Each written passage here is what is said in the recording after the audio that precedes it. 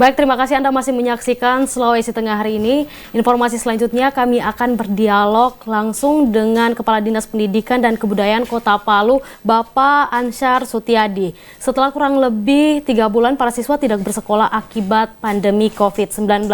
Saat ini telah ada rencana untuk membuka kembali sekolah. Wacana untuk kembali membuka sekolah telah banyak dibicarakan.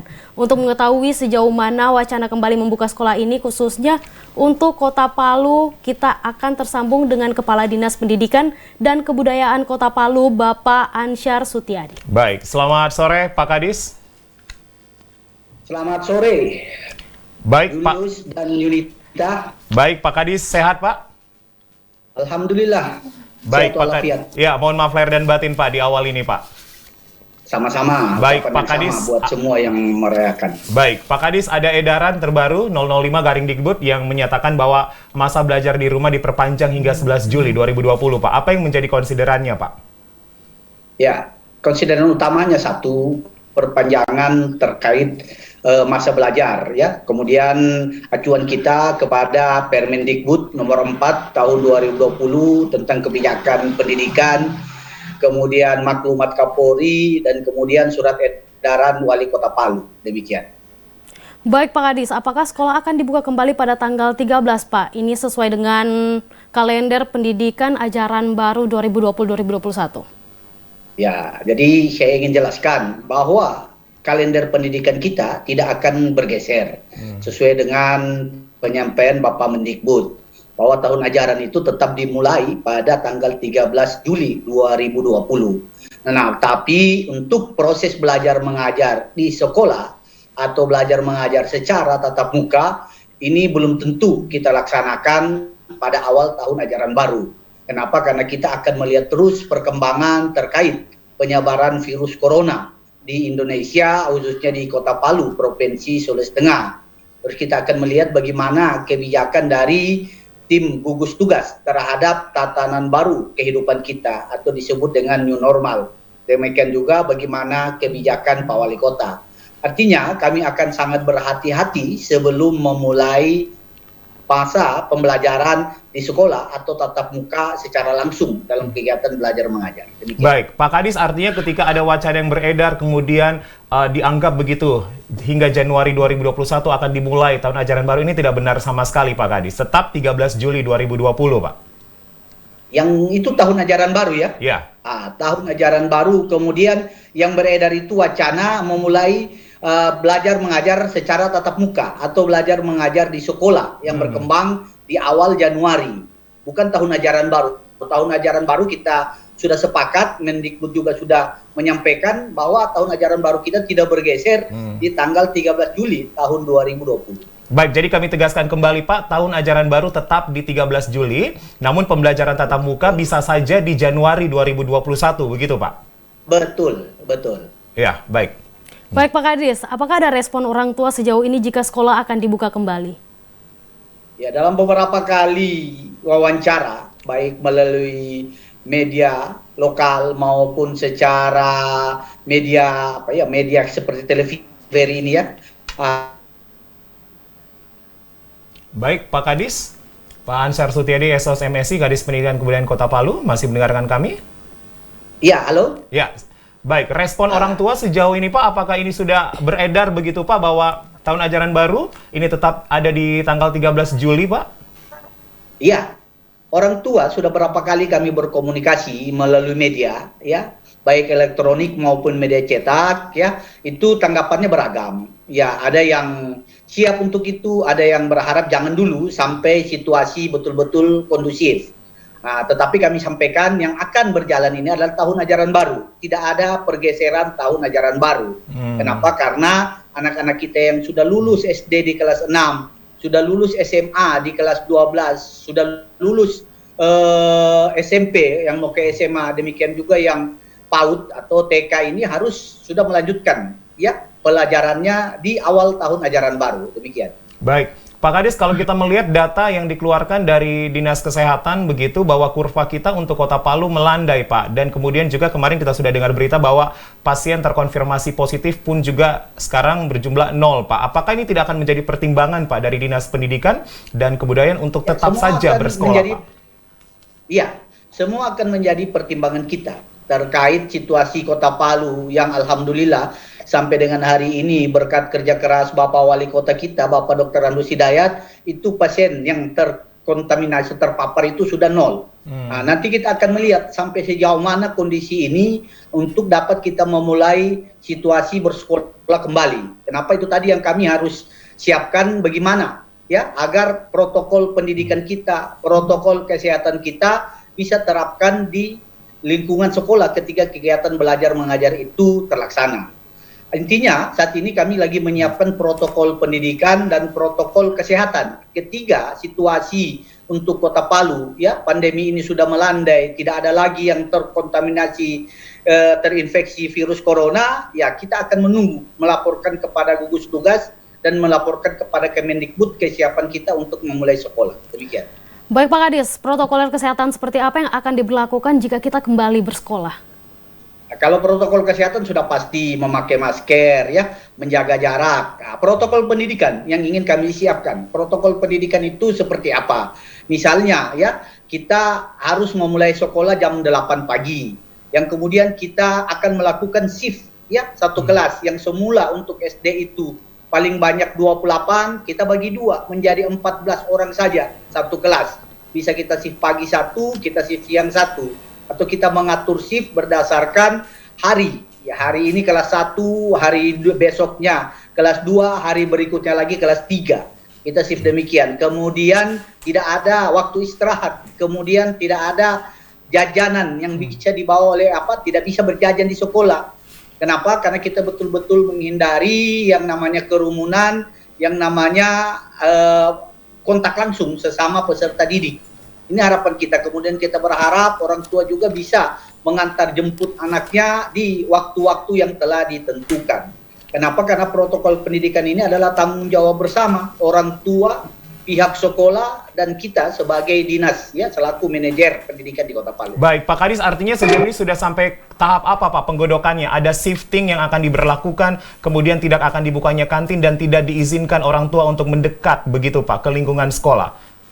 Bukan mendekat, ya, orang tua diharapkan mengantar. Hanya sampai mengantar saja Pak, ya? Ya, sampai mengantar saja. Begitu juga jemput, ya, sehingga mereka bisa juga disiplin untuk melakukan itu. Tahapannya saat ini kita lagi susun, ya, kita lagi susun dokumennya, nanti kita coba simulasi, kemudian kita akan sosialisasikan, ya, baik kepada pihak sekolah maupun orang tua, karena kita betul-betul berharap ketika pada saatnya nanti sekolah dibuka kembali, maka protokol ini harus berjalan secara efektif. Baik, Pak Kadis, untuk shifting sendiri, ini apakah nanti akan dirasa efektif begitu Pak? Ya, kalau kita melihat saat ini situasi, kan umpamanya satu bangku itu ada 2 peserta didik yang duduk. Nantinya ketika kita lakukan shifting, maksimal satu bangku itu ya hanya 1 peserta didik yang duduk dengan ukuran minimal 1,5 meter bahkan sampai 2 meter jarak yang kita harapkan antara peserta didik. Demikian. Baik Pak Kadis, tentunya pihak sekolah membutuhkan fasilitas baru, perihal bukan hanya pada bagian pendidikan tetapi juga kesehatan yang harus dilihat Pak.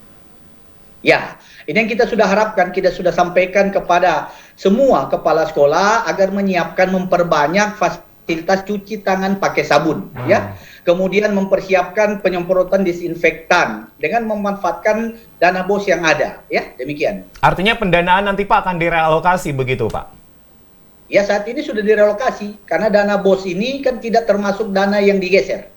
Dana BOS ini betul-betul dimanfaatkan untuk mendukung saat ini belajar dari rumah, yaitu memberi dukungan pembelian pulsa data kepada para guru, memberi dukungan uang transportasi kepada para guru yang berkunjung kepada peserta didik yang tidak memiliki fasilitas daring atau fasilitas online. Ya, kemudian mendukung ya pembelian disinfektan, kemudian mendukung pembelian cuci tangan pakai sabun dan sarana-sarana untuk mencegah penyebaran virus corona. Baik, Pak Kadis, adakah kemudian alokasi khusus dana BOS yang akan diberlakukan khusus untuk rapid test atau swab test begitu Pak kepada siswa dan kepada guru? Ya, kalau untuk rapid test, ya mungkin kita akan minta bantuan kepada pemerintah daerah melalui gugus tugas. Kenapa? Karena memerlukan biaya yang besar. Demikian. Tapi ada wacana Pak, akan ada rapid atau swab test Pak ketika sekolah akan dibuka kembali, khususnya Kota Palu? Ya, yang paling utama nanti itu kita akan coba berlakukan kepada para pendidiknya, ya, para guru. Ya, kita harapkan ada dukungan untuk memberi rapid test dulu kepada para guru sebelum dimulainya proses belajar mengajar di sekolah. Kapan ini Pak akan diberlakukan kepada pengajar Pak?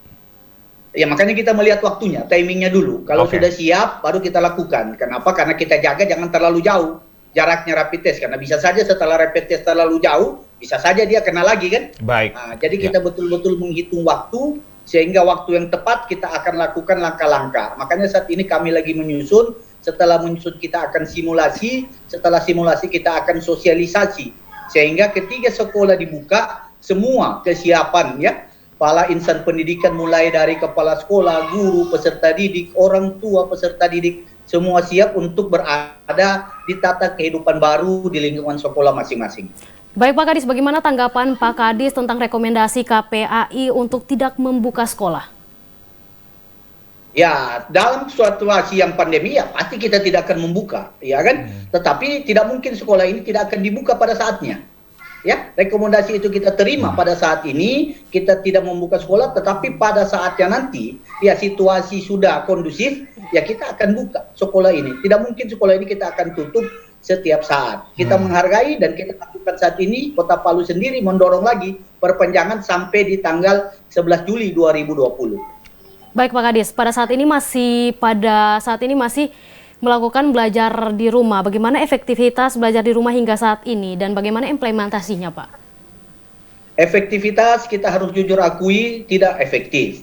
Kenapa? Karena kita terkendala pada fasilitas sarana dan prasarana dasar. Misalnya masih banyak peserta didik yang tidak memiliki sarana online, tidak memiliki HP Android, tidak memiliki ketercukupan pulsa data, bahkan tidak memiliki ketersediaan listrik untuk daerah-daerah yang berada di pinggir. Ya, jadi untuk efektivitas tidak bisa. Tetapi kita terus berupaya dengan membagi dua. Ada yang melalui proses daring yang memiliki fasilitas online, ada yang melalui proses-proses pemberian tugas dan kunjungan guru-guru ke rumah para peserta didik yang tidak memiliki fasilitas online tersebut. Baik. Pak Kadis, sebenarnya ketika menentukan sekolah akan di-reopening begitu Pak, atau membuka kembali, ini kewenangannya ada di Kemdikbud atau di Gugus Percepatan Penanganan COVID-19 Pak Kadis? Di gugus. Jadi berdasarkan nanti telahan gugus, ya, kemudian disampaikan kepada Kemendikbud, kemudian ke pemerintah daerah, kemudian kita akan mengeksekusi sesuai dengan kebijakan dimaksud. Baik, jadi nantinya akan ada kebijakan khusus dari gugus Pak, yang kemudian Kemdikbud akan berkoordinasi begitu? Betul, saat ini terus dilakukan komunikasi ya yang kami baca ya melalui grup-grup dan media, itu terus dilakukan komunikasi antara Kemendikbud dan gugus tugas untuk kapan di waktu dimulainya sekolah kembali ini. Baik, Pak Kadis, kalau kita bicara tentang edukasi ke peserta didik Pak, baik SD ataupun juga SMP Pak, begitu tentang kemudian bagaimana memutus mata rantai COVID-19, apalagi dengan adanya wacana akan dibukanya sekolah kembali. Seperti apa dari Dinas Pendidikan Pak memberikan edukasi kepada peserta didik Pak? Ya, fokus pendidikan saat ini sebenarnya ke situ. Ya, belajar dari rumah saat ini adalah edukasinya bagaimana para peserta didik itu memahami ya cara memutus mata rantai penyebaran infeksi virus corona. Nah, jadi pelajaran-pelajaran yang diberikan melalui media online, melalui TVRI pusat ya, kemudian melalui media-media lain itu lebih kepada peningkatan life skill mereka di masa era pandemi ini. Kenapa? Karena kurikulum kita sudah tidak menjadi target penyelesaian. Kenapa? Karena memang efektivitas kita sadari itu tidak ada. Jadi harapan kita nantinya anak-anak kita ini ketika sudah sekolah sudah paham betul bagaimana memberlakukan jarak, bagaimana cuci tangan pakai sabun, bagaimana menggunakan masker. Ya, sambil kita terus akan memberi edukasi ketika itu sudah berada di lingkungan sekolah. Salah satu yang menjadi skenario yang disampaikan Pak Kadis tadi adanya tidak akan dibukanya kembali kantin, Pak. Nah, ini seperti apa kemudian? Ya, jadi nanti ketika sudah mulai sekolah, itu kita tidak beri ruang untuk istirahat. Kenapa? Karena kita khawatir ketika ada ruang istirahat, kita susah untuk mengendalikan ya keberadaan para peserta didik. Yang kita tahu ini kan jenjang usianya masih jenjang SD, jenjang usianya masih SMP, ya, sehingga harus ada kebijakan-kebijakan yang memproteksi mereka. Demikian. Baik, baik Pak Kadis, kami sudah mendapatkan informasi tentang rencana akan dibuka sekolah kembali. Kami tegaskan bahwa tahun ajaran baru itu akan diberlakukan tetap 13 Juli, namun pembelajaran tatap muka akan menunggu begitu Pak perkembangan dan bisa saja di Januari 2021. Pak Kadis, kita pindah Pak untuk PPDB sendiri Pak. Seperti apa kemudian PPDB Pak yang diberlakukan untuk SD dan SMP Pak? Oke, yang pertama PPDB kami sudah mengeluarkan edaran kepada para kepala sekolah bahwa kita yang pertama masih mengacu kepada zonasi. Untuk sekolah dasar, karena sekolah kita banyak, maka zonasinya berbasis sekolah terdekat atau berbasis jarak terhadap sekolah dari tempat tinggal masing-masing.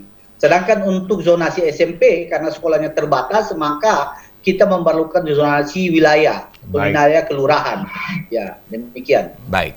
Ya. Baik, tentunya kami berterima kasih kepada Pak Kadis yang telah memberikan pencerahan kepada masyarakat sekota Palu dan juga siswa-siswi yang ada di rumah perihal PPDB, dan perihal rencananya dibuka sekolah kembali. Terima kasih Kadis Pendidikan dan Kebudayaan Kota Palu, Pak Ansyar Sutiadi, SSMSI. Satu lagi, Pak, saya coba tambahkan, Pak Kadis. Mas Julius. Ya, silakan Pak Kadis. Jadi kelulusan nanti ya kepada orang tua peserta didik baik jenjang SD maupun jenjang SMP, kami berharap agar memonitor anaknya. Jangan ada anak-anak atau peserta didik kelas 6 pada saat kelulusan nanti pergi ke sekolah. Demikian kapan diumumkan Pak untuk SD dan SMP Pak Kadis?